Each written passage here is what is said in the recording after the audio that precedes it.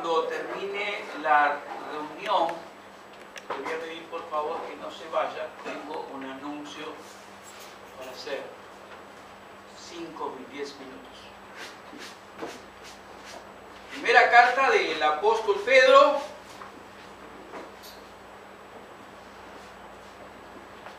Versículo 3 al 18, que nos habla de la victoria en Cristo Jesús. Victoria de la cual nosotros también tenemos que ser partícipes en el sentido de tomarnos de los beneficios que hay de esa victoria que ha sido hecha para nosotros.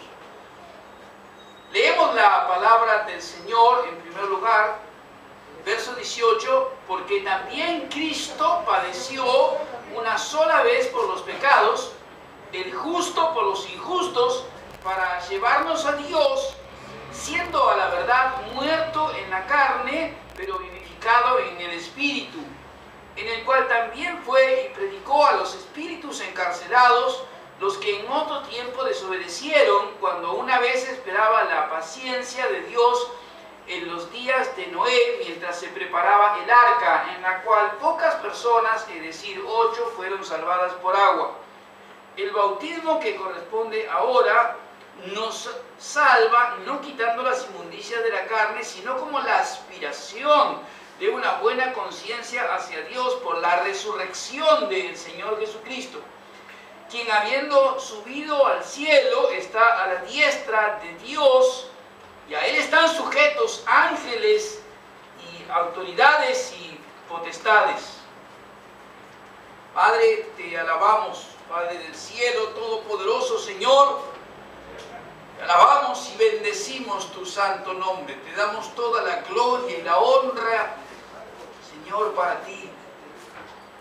Te ruego en el nombre santo de tu amado Hijo Jesucristo que tu Espíritu Santo esté iluminando nuestro entendimiento y corazón sea abierto para tu palabra. Que, Señor, aquellas de nuestros sufrimientos, padecimientos y necesidades, Señor, en esta hora sean puestos delante de ti. Que, Señor, esta proclamación de tu victoria, Señor, sea para cada uno de los que estamos en este lugar una victoria de la cual tomemos sus beneficios y podamos vivirlas. Y lo pedimos esto en el nombre santo de tu amado Hijo Jesucristo. Amén y amén. Quiero compartir en esta mañana dos aspectos muy importantes, absolutamente importantes, acerca de la victoria, de la muerte de nuestro Señor Jesucristo, las victorias que se lograron en la muerte y la resurrección. La muerte y la resurrección del Señor Jesucristo. Por eso el título de este sermón es Victoria en Cristo, algo que podemos decir, que podemos proclamar, pero cómo esa victoria en Cristo se hace también victoria en nuestra propia vida. Este es el mensaje de hoy. Cómo esa victoria del Señor Jesucristo, la cual creemos, la cual proclamamos, la cual estudiamos, conocemos, se hace práctica en nuestra vida diaria. Quiero hablar del primer aspecto de las victorias del Señor Jesucristo, la victoria sobre la muerte y el pecado. Allí en el versículo 18 dice la palabra del Señor, porque también Cristo padeció una sola vez por los pecados, el justo por los injustos, para llevarnos a Dios, siendo a la verdad muerto en la carne, pero vivificado en espíritu. La carta del apóstol Pedro, esta primera y segunda carta, son conocidas como cartas del sufrimiento, cartas escritas a hermanos y hermanas que están atravesando circunstancias muy difíciles de su vida. Algunos de ellos son esclavos, otros tienen, principalmente las mujeres, tenían tremendos problemas con sus maridos, personas que se habían convertido al Señor Jesucristo, como las mujeres, y los maridos que eran todavía inconversos las sometían a muchas cosas que realmente a veces son incontables, pero algunas de ellas eran asistir, por ejemplo, a los cultos paganos con todo lo que eso significaba en todo aspecto físico y espiritual. Las obligaban a las hermanas a acudir a esos lugares. Los esclavos eran también absolutamente humillados, eran golpeados, sometidos a vejámenes. Y no nos olvidemos también que muchas de las esclavas eran cristianas, que eran personas que se habían convertido al Señor Jesucristo en su condición de esclavas y también tenían enormes sufrimientos. Inclusive muchas de ellas estarían inmiscuidas, serían parte de lo que hoy se llama un delito de género. Es decir, ¿por qué? Porque eran explotadas también hasta sexualmente. Y pensemos el horror que esto significaría, el sufrimiento que esto significaría para hermanas en el Señor que no podían defenderse porque en realidad eran esclavas y los amos esclavos tenían la disponibilidad de hacer con ellas lo que quisieran. Un marco tremendo, con tremendas ganas de reaccionar. Y allí, como un gran pastor, como un enorme hombre de Dios, el apóstol Pedro va a escribir pastoralmente de que los cristianos sufren. Los cristianos sufren y una forma de enfrentar ese sufrimiento es mirar la victoria que el Señor Jesucristo ha logrado y tomarse de esa victoria, tenerlo a Jesucristo como el ejemplo de un sufrimiento inmerecido, el ejemplo en Jesucristo como el único justo y el ejemplo de amor al haber entregado su vida por cada uno de sus hijos. La primera victoria a la que me quiero referir de parte del apóstol, de parte del Señor Jesucristo y sus implicancias para la vida y de qué manera se evidencia esta victoria, la victoria de Jesucristo sobre la muerte y sobre el pecado. Allí en el versículo 18, porque también Cristo padeció una sola vez por los pecados, el justo por los injustos, para llevarnos a Dios, siendo a la verdad muerto en la carne, pero vivificado en el Espíritu. Allí el apóstol Pedro no utiliza la palabra que murió por los pecados, la palabra morir, sino que utiliza la palabra padecer, justamente para mostrar la relación que hay entre el Señor Jesucristo y el resto de todos los cristianos que estaban sufriendo enormes situaciones terribles, cuadros. Para eso utiliza el Espíritu Santo esta palabra, que en lugar de utilizar la palabra muerte, como la va a utilizar después, utiliza la palabra padecer. Los cristianos padecieron sufrimiento y el Señor Jesucristo también ha padecido, ha muerto. El final, el mayor extremo de padecimiento y sufrimiento en la persona del Señor Jesucristo fue todo lo que tuvo que ver antes, durante y en el final de su crucifixión. Sabemos todo lo que el Señor Jesucristo tuvo que pasar.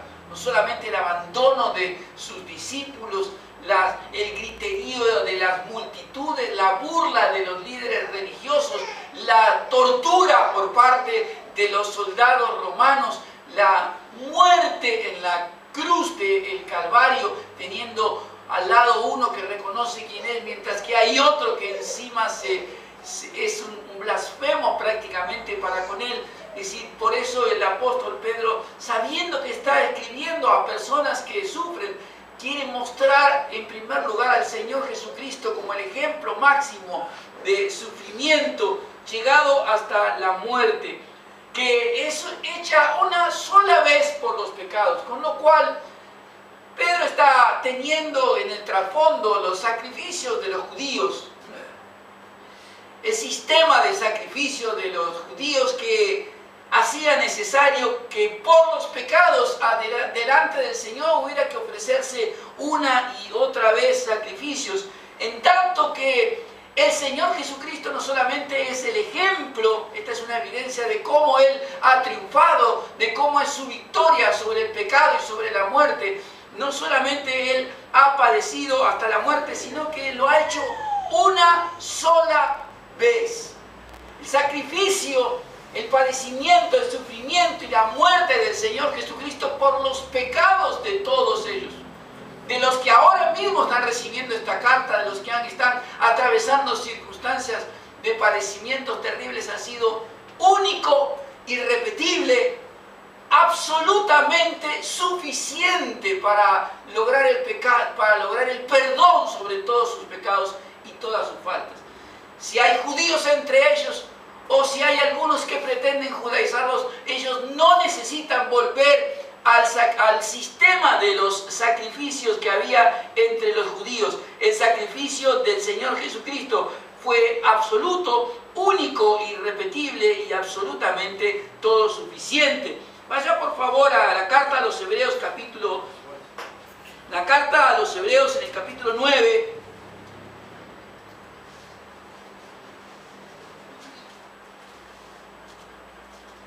Allí, en el versículo 24 dice la palabra del Señor, Hebreos capítulo 9, versículo 24, porque no entró Cristo en el santuario hecho de mano, figura del verdadero, sino en el cielo mismo, para presentarse ahora por nosotros ante Dios, y no para ofrecerse muchas veces como entra el sumo sacerdote en el lugar santísimo cada año con sangre ajena. De otra manera le hubiera sido necesario padecer muchas veces desde el principio del mundo, pero ahora en la consumación de los tiempos, de los siglos, se presentó una vez, para siempre, por el sacrificio de sí mismo para quitar de en medio el pecado, de la manera que está establecido que los hombres que mueran una sola vez y después de esto el juicio, así también Cristo ofrecido una sola vez para llevar los pecados de muchos, y aparecerá por segunda vez en relación con el pecado para salvar a los que le esperan. El sacrificio del Señor Jesucristo fue único, irrepetible, totalmente todo suficiente para pagar y perdonar los pecados de todos. Y esto es lo que parte de la gran victoria del Señor Jesucristo sobre el pecado, que tienen que ellos tomar, controlarse, porque muchos de ellos querían tomar medidas humanas para eliminar todo este sufrimiento. Y Jesucristo es mostrado como el ejemplo del sufrimiento inmerecido, como un ejemplo del amor del justo por los que no lo merecen. Quizás haciendo aquí a todos estos que sufren, que pudieran ver que si bien tuvieron y tenían personas que les afligían con sufrimientos, tenían en la persona del Señor Jesucristo el único justo que se acordó de ellos. El justo por los injustos. El único que no tenía pecado por los que sí tenían pecado. Y aquí hay una alusión directa a la vida personal de cada uno de ellos. Ellos están sufriendo, están atravesando grandes dificultades, pero tampoco tienen que olvidar quiénes fueron. Que ellos antes de ser cristianos también quizás participaban de las mismas cosas que hoy están atravesando. El justo por los injustos. Y una de las victorias que el Señor Jesucristo tiene, o que se desprenden de la victoria del Señor Jesucristo sobre el pecado y sobre la muerte, es justamente esta. Que la muerte del Señor Jesucristo es la muerte del único justo que existe, que es Jesucristo, por aquellos que no son justos, que no lo merecían y sin embargo fueron alcanzados por ese sacrificio, por ese amor y por esa muerte del Señor Jesucristo. Segunda bendición que tienen ellos de la muerte, de la victoria del sacrificio sobre la muerte y sobre el pecado. Una sola vez tuvo que morir el Señor Jesucristo por el pecado de todos. La muerte del Señor Jesucristo es por los que no merecían absolutamente nada. Por tanto, cada uno de ellos tenía que poder no solamente mirar el sufrimiento, sino también su pasado.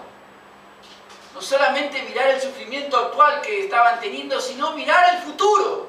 ¿Entienden? No quedarse en el pasado. sino mirar hacia el futuro.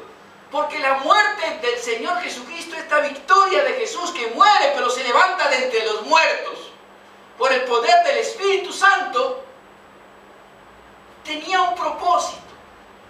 Y el propósito era presentarlos a todos ellos en la presencia de Dios, delante de Dios. Fíjese lo que dice la palabra allí del Señor en el verso 18, y voy a llamar su atención muy específicamente a la expresión llevarnos a Dios.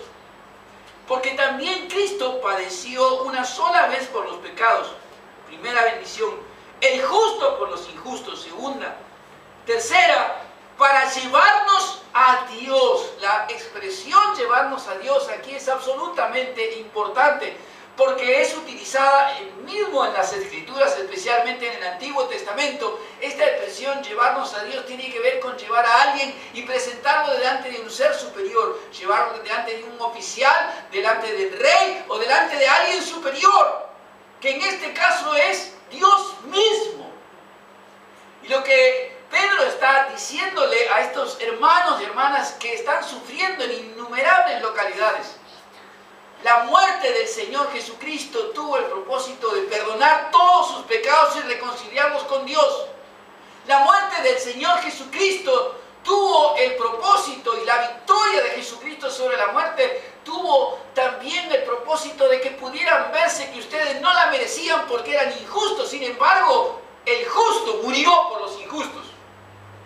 Y en tercer lugar, la muerte y la victoria del Señor Jesucristo sobre el pecado y la muerte tenía un propósito que miraba hacia el futuro, y era el de llevarlos a todos ellos, aunque no lo merecieran. Llevar a todos ellos por amor y presentarlos delante de Dios, que tuvieran acceso a la presencia de Dios. Por tanto, en medio de el sufrimiento que cada uno podía tener, las hermanas casadas con inconversos que les sometían a cosas indecibles, las esclavas, los esclavos que eran marcados a latigazos por su trabajo, todas estas cosas tenían que llevarlos a ellos a tomar conciencia, crecer en la fe y vivir en forma práctica su fe de esta manera. Estoy sufriendo, es verdad, y tengo graves problemas en el hogar. Estoy sufriendo y es verdad, y tengo grandes problemas en el trabajo porque soy esclavo y mi amo me trata mal. Estoy sufriendo como mujer y tengo gravísimos problemas porque soy abusada inclusive por mis amos. Pero también tengo los beneficios de la victoria del Señor Jesucristo sobre el pecado y sobre la muerte. Y estos son para la vida diaria en que mis pecados son perdonados por Él. En que aunque fui injusto o injusta ante los ojos de Dios, fui objeto del amor, el sacrificio y la muerte del Señor Jesucristo por mí. Hay perdón para mi vida, hay santificación para mi vida. Por sobre todo tengo el privilegio y la bendición de que la muerte del Señor Jesucristo, la victoria del Señor Jesucristo sobre el pecado y sobre la muerte, ha hecho posible que hoy entre a la presencia de Dios. No importa si soy una mujer golpeada o maltratada o abusada, puedo entrar a la presencia de Dios. Porque Jesucristo abrió el camino para mí, me llevó a la presencia de Dios. Abrió las puertas a la presencia misma del Señor. Si soy un esclavo, maltratado por mi amo, castigado brutalmente, hoy quizás hay otras formas de maltrato laboral. Pero tengo el privilegio de poder entrar hasta la presencia misma de Dios. Porque Dios ve todas las cosas. Y yo puedo entrar hasta la presencia misma del Señor. Efesios capítulo 2, en el versículo 18, nos habla de esta verdad que tiene que ser remarcada y que debemos ponerle en nuestro corazón. vivirla, porque por medio de Él los unos y los otros tenemos entrada por un mismo espíritu al Padre. Carta a los Efesios, no de Pedro, sino de Pablo, hablando de esta misma verdad, que por el sacrificio del Señor Jesucristo, por la victoria sobre el pecado y la muerte, tenemos acceso, entrada a la presencia misma de Dios. Capítulo 3, por favor, en el versículo 12, al hablar también del Señor Jesucristo y su muerte, su poder, su obra, Él dice: en quien tenemos seguridad y acceso con confianza por medio de la fe en Él. Damos su atención aquí a la palabra confianza. No solamente el acceso, porque muchos no acceden ni entran por desconfianza, por incredulidad, por falta de fe, por temor, porque en lugar de ver la obra de Cristo, ven su propia vida. ¿Me entienden? En lugar de ver que Jesucristo abre la puerta, el camino para entrar, miro mi vida y digo: no soy digno. Romanos capítulo 5 dice: por medio de la fe, justificados por medio de la fe, tenemos acceso a esta gracia, a la entrada, a la presencia misma del Señor Jesucristo. Victoria del Señor Jesucristo sobre el pecado y sobre la muerte, manifestada en la muerte, en el ocupar el lugar del injusto con su propia vida, pero también llevando a todos ellos, sin importar su condición, hombres o mujeres, libres o esclavos, empleados o patrones, solamente lavados con la sangre, limpios en la sangre de Cristo, a la presencia misma del Señor. Y esto debía traer ánimo a los que sufrían, saber que habían sido objeto del amor de Dios en el perdón de sus pecados por la muerte de Cristo, saber que aunque eran injustos por sus vidas alejadas de Dios, Dios aplicó a sus vidas la justicia del Señor Jesucristo, el único justo. Por eso la expresión del apóstol Pedro: el justo por los injustos. Y en tercer lugar, saber vivir, poner en práctica que podían entrar a la presencia misma de Dios. No hay sufrimiento ni aflicción que cualquiera de nosotros podamos vivir que no podamos llevarla a la presencia de Dios. No lo hay. Por eso tenemos que hacerlo y entrar en oración con confianza, como dice la palabra aquí. Con confianza. Para encontrar, como dice la carta a los Hebreos, el oportuno socorro. La misericordia que necesitamos. La gracia de Dios para enfrentar la situación. Estos son beneficios de la victoria de Jesucristo sobre el pecado y sobre la muerte. Perdón. Gracia de Dios sobre nosotros que éramos injustos. Acceso a la presencia misma de Dios. Pero debemos hacerlo. Debemos ponerlo en práctica. No mirarnos a nosotros. ¿Cuántos esclavos de aquel tiempo pensarían: quizá los latigazos me los merezco? ¿Cómo voy a pedir que Dios me ayude? ¿Cuántas mujeres abusadas estarían pensando: bueno, quizá lo que me ocurre me lo merezco? ¿Cómo voy a pedirle a Dios que visite e intervenga?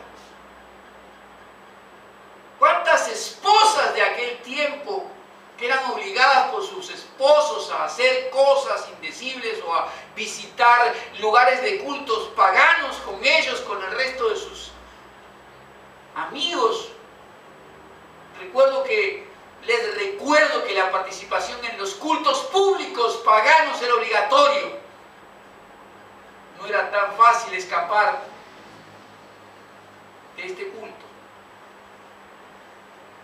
¿Cuántas habrán pensado: bueno, esto es lo que me tocó? Palabras que escuchamos hoy, principalmente de las mujeres. Pues esto es lo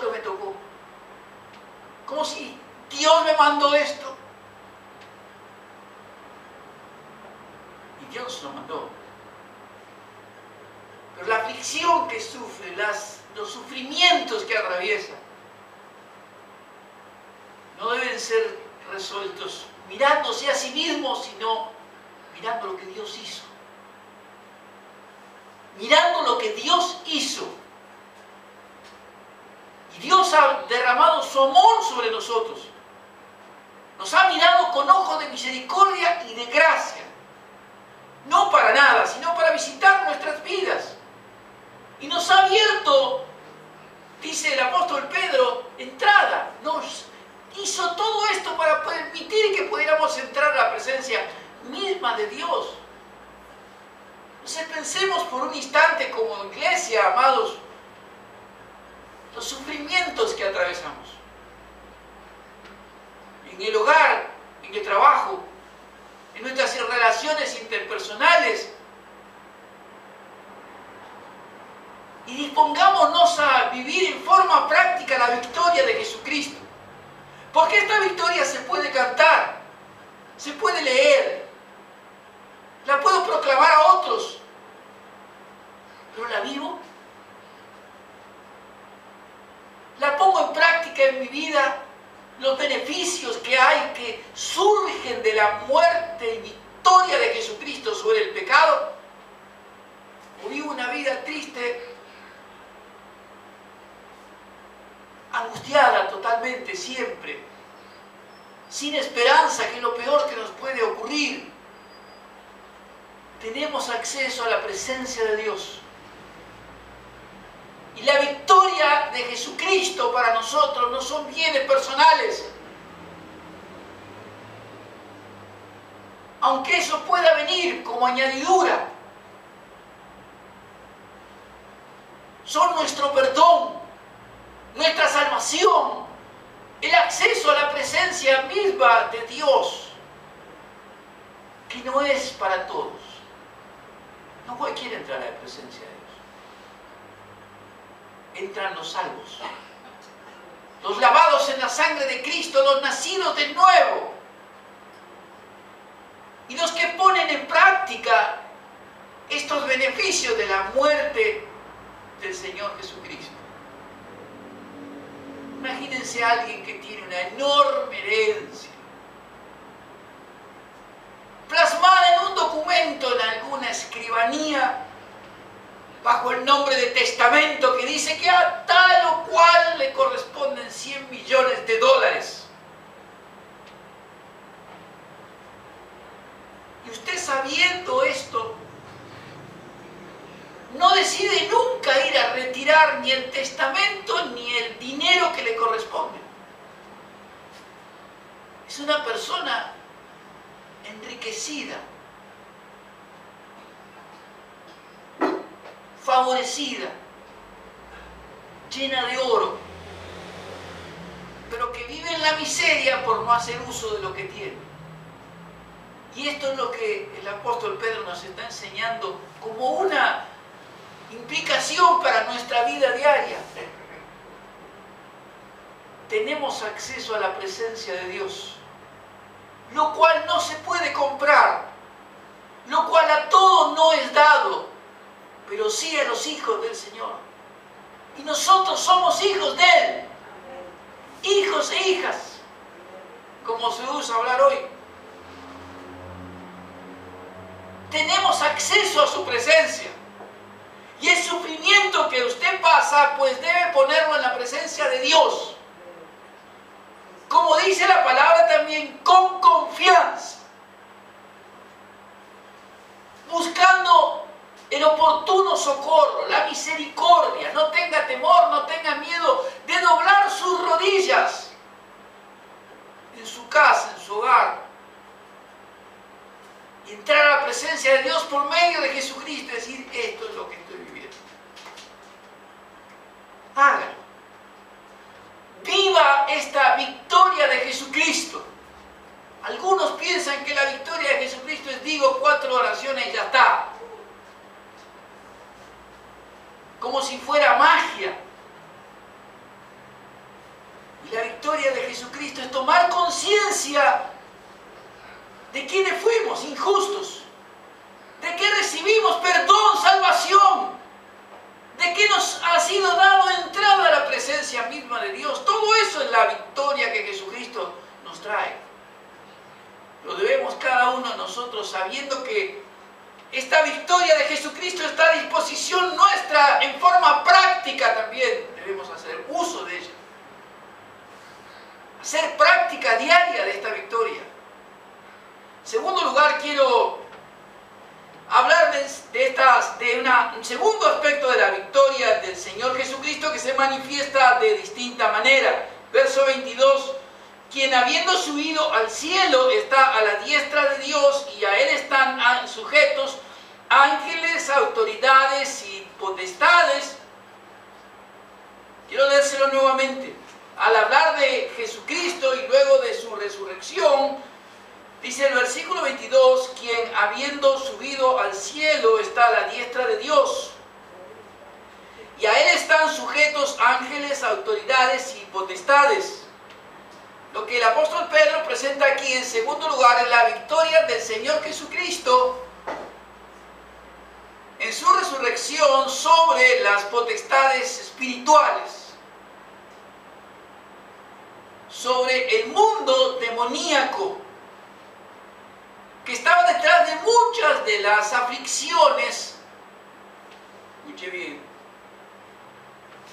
que estaba detrás de muchas de las aflicciones que los hermanos estaban atravesando.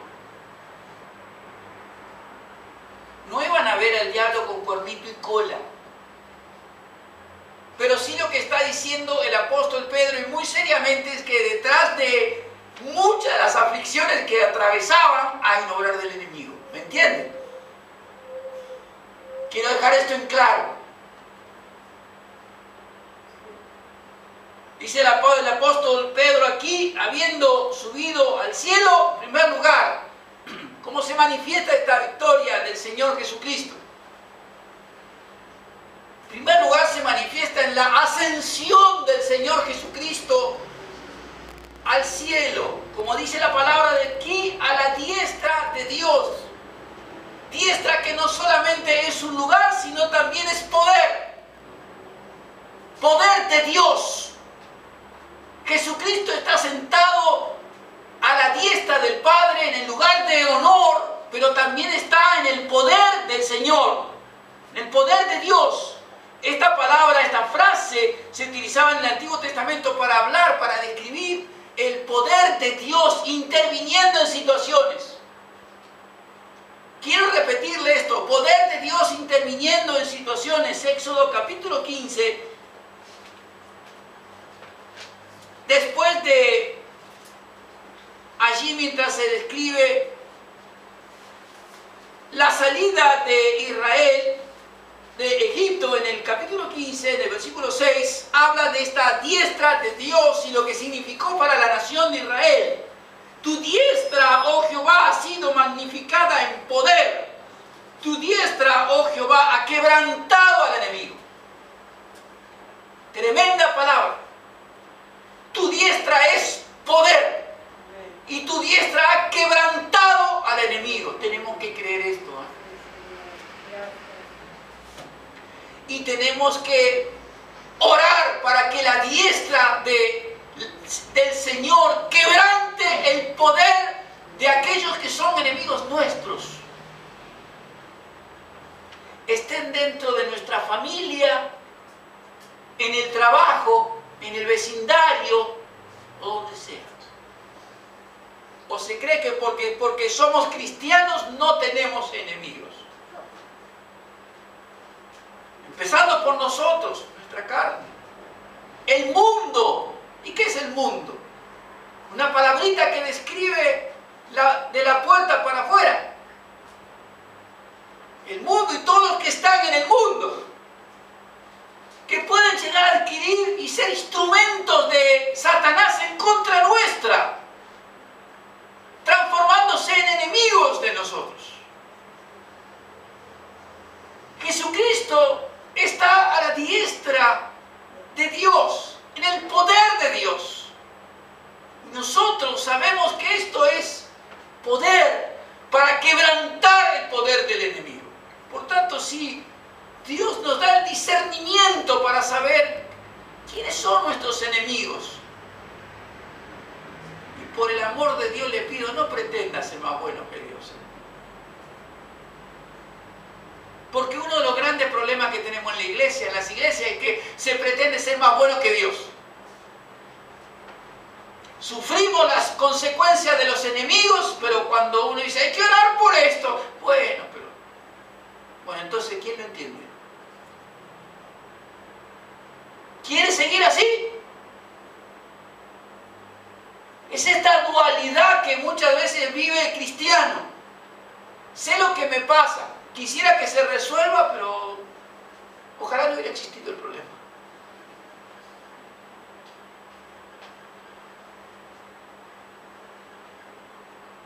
Adán existió, Eva y la serpiente también, y de allí para acá, y hermano querido, tenemos problemas. No estamos en la plenitud del reino todavía, y los enemigos están. Acá las mujeres tenían en el esposo, y esto no significa que no lo quisiera el esposo, pero tenía un enemigo espiritual que le obligaba a ir y rendir culto a los dioses paganos, cuando el caballero sabía perfectamente que su esposa era cristiana, pero no importaba.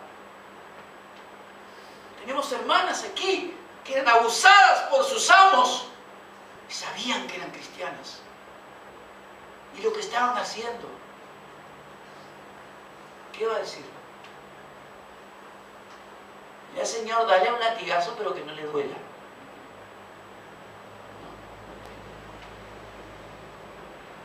Tenemos hermanos que eran esclavos aquí, que eran marcados a latigazos solo por ser esclavos. Quizás hoy no sufrimos este tipo de situaciones, pero hay otras nuevas y debemos hacer uso de las bendiciones que vienen sobre nuestra vida, de la victoria del Señor Jesucristo sobre la muerte y el pecado y sobre las potestades espirituales, que no las vemos, no siempre las vemos, pero están detrás de muchas de las aflicciones que vienen sobre la vida del cristiano. Pedro se los escribió: el diablo anda como león rugiente buscando a quien devorar. Pero hay cosas que uno tiene que hacer. Santiago dijo: someteos a Dios, resistid al diablo y huirá de vosotros. Hay actitudes del cristiano muy activas que deben ser puestas en práctica para que la bendición que tenemos de la victoria del Señor Jesucristo sobre el pecado y la muerte y sobre las potestades espirituales sean una realidad también en nuestras propias vidas.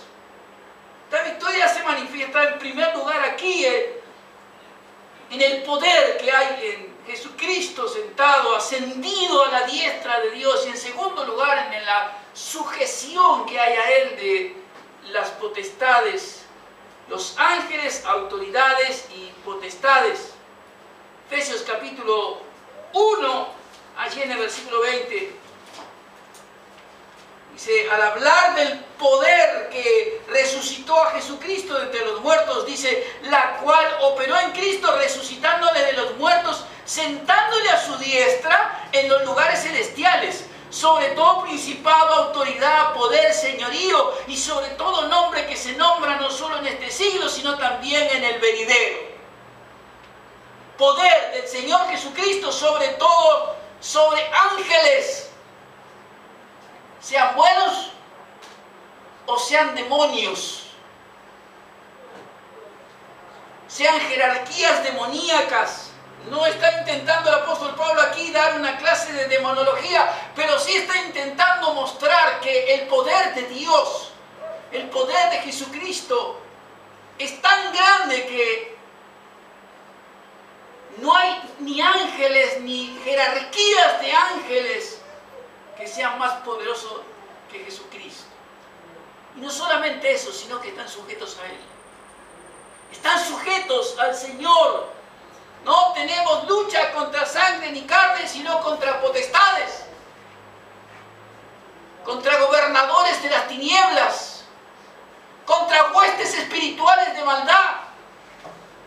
Lo sabemos, lo estudiamos, lo leemos, pero ¿cómo lo discernimos? ¿Dónde están? ¿Quiénes son?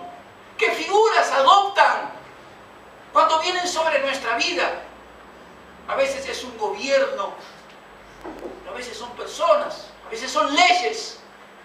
El mal adopta distintas clases de formas que vienen sobre nuestra vida, pero las que están más cercanas, a veces están dentro de la familia. Perturban, dañan, lastiman. Cuidado con esto.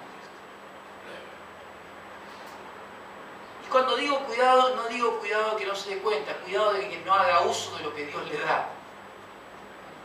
Porque si lo puede ver, si puede darse cuenta de que a quien tengo metido en la familia es un instrumento de Satanás, pues ¿qué vamos a hacer con esto?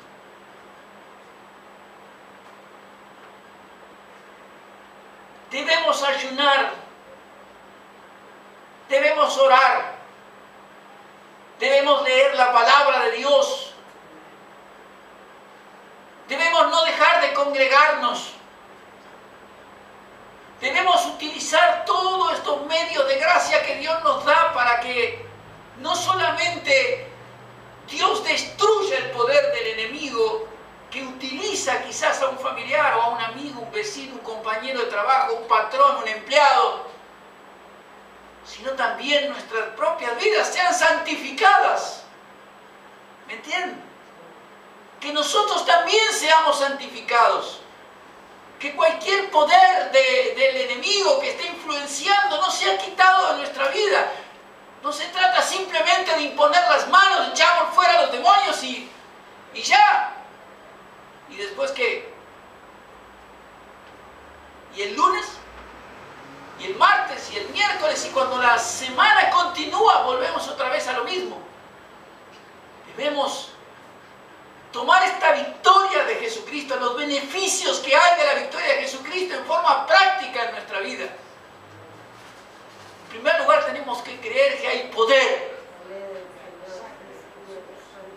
Porque Jesucristo resucitó de entre los muertos, ascendió a los cielos, está sentado a la diestra del Padre, y esto es no solo un lugar, esto también es poder para destruir al enemigo. Y debemos orar por esto. Dios no quiere que usted sufra de la manera que está sufriendo. Dios sabe que el mundo es un mundo de aflicción y los que están en el mundo nos traen aflicción. Pero también tenemos medios para usar.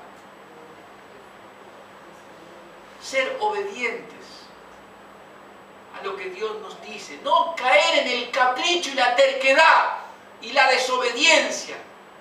Muchos de los problemas que pasan los cristianos no es porque no conozca lo que Dios dice, sino porque no obedece lo que Dios dice. Si hay que orar, no ora. Si hay que leer, no lee. Y si hay que tomar decisiones para la vida diaria, no las toma. Perdónenme, hermanos, que yo tengo que decir esto. Entonces vamos a consejería y tenemos horas y horas de consejería. ¿Y qué hacemos con eso? Si luego cuando salimos, cuando hemos aprendido, cuando hemos escudriñado las Escrituras, no ponemos en práctica lo que hemos aprendido. Uno de los principios de la Escritura es que la Escritura es imperativa para nosotros. Si usted tiene que hacer algo, hágalo. Porque Dios lo puso así para que sea bendición para nosotros. Pero si yo voy a leer, voy a conocer con la mente lo que dice la palabra, pero no voy a obedecerla, no espere ninguna bendición. No le espere. Y a veces va a ser necesario meses, tiempos, cuando estamos entrando en terrenos espirituales, en que va a ser necesario obediencia, fe y paciencia. Se lo voy a repetir porque son palabras claves que tienen que ayudarnos a poner en práctica los beneficios de esta victoria de Jesucristo sobre los poderes demoníacos. Fe, obediencia y paciencia. El Señor Jesucristo dijo en alguna ocasión acerca de alguien que estaba endemoniado: este género no sale sino con oración y ayuno.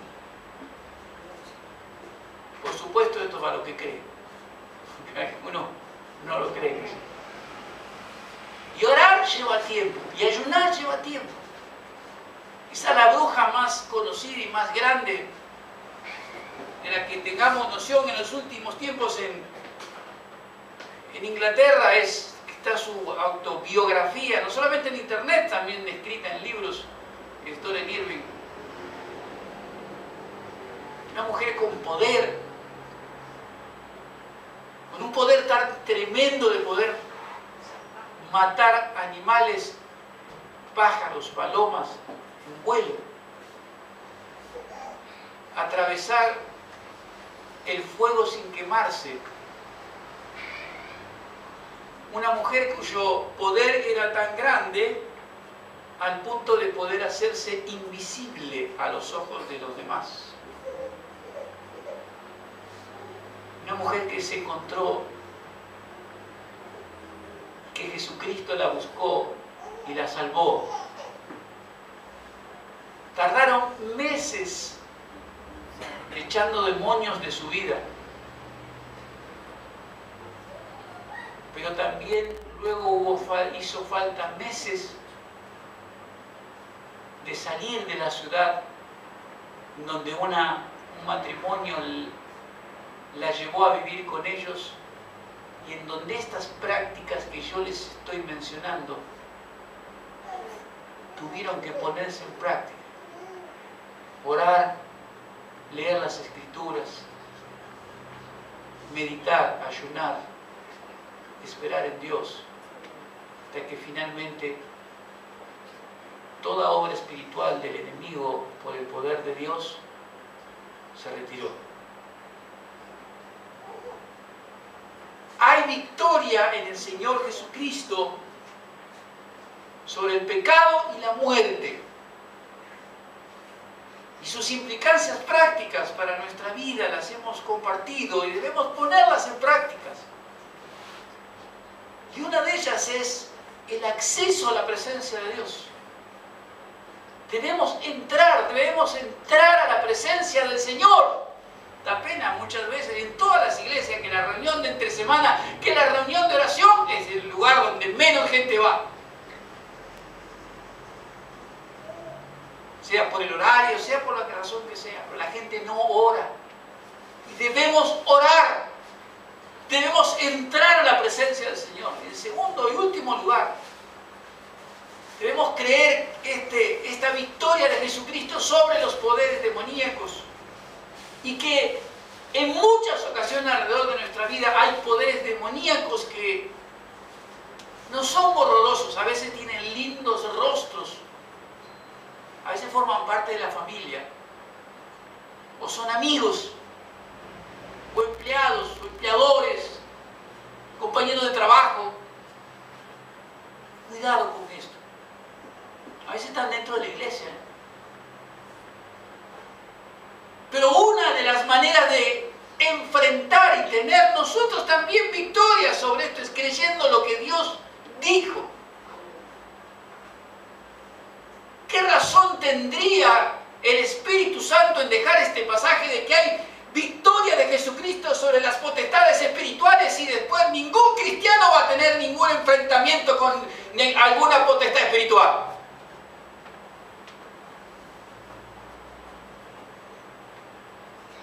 Esto es lo mismo que decir, ¿para qué vamos creando escuelas de policías en todos los municipios si no hay ningún delito?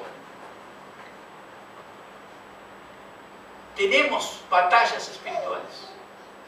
Debemos discernirlas y debemos hacer uso de estas verdades que Dios nos enseña en su palabra.